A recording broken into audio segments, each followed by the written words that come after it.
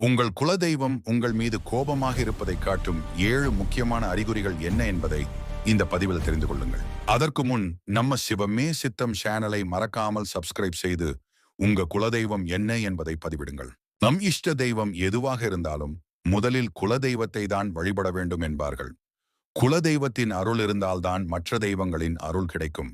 எத்தனை பூஜைகள் பரிகாரங்கள் நாம் செய்தாலும் அதற்குரிய பலனை நாம் பெற வேண்டும் என்றால் அதற்கு முதலில் குலதெய்வத்தின் அருள் இருக்க வேண்டும்.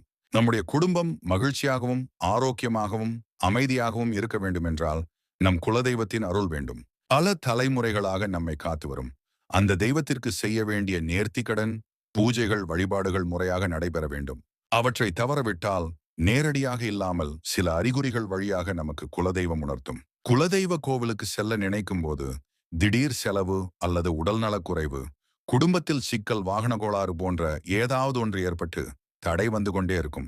எவ்வளவோ முயன்று கோவிலுக்கு சென்றாலும் பூஜை நேரம் தவறுவது, பூசாரி இல்லாமல் போவது, மன அமைதி இல்லாமல் வீடு திரும்புவது இவையும் ஒரு அறிகுறியே.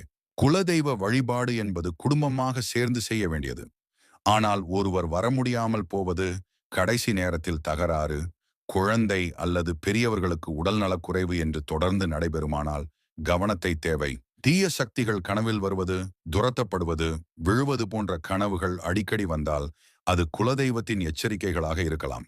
கோவிலுக்கு சென்று வந்த பிறகு அதுவரை அமைதியாக இருந்த வீட்டில் தேவையற்ற சண்டைகள், மனஸ்தாபம் போன்றவை ஏற்பட்டால் அதுவும் ஒரு சைகையே. கோவிலுக்கு சென்று வந்த பிறகு தலைவலி, சோர்வு, காய்ச்சல், அடிக்கடி காயம் போன்றவை ஏற்பட்டால் அலட்சியம் வேண்டாம். வேலை, திருமணம், குழந்தை விஷயங்களில் தடை, கடன், மன அழுத்தம், நிம்மதி இழப்பு இவையெல்லாம் தொடர்ச்சியாக வந்தால் உங்கள் குலதெய்வம் கோபமாக இருப்பதாக அர்த்தம்.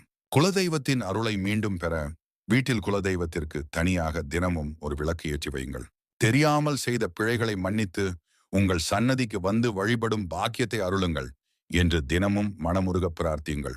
முடிந்தவரை குடும்பமாக குலதெய்வ கோவிலுக்கு சென்று அபிஷேகம், நேர்த்திக்கடன் போன்றவற்றை நிறைவேற்றுங்கள்.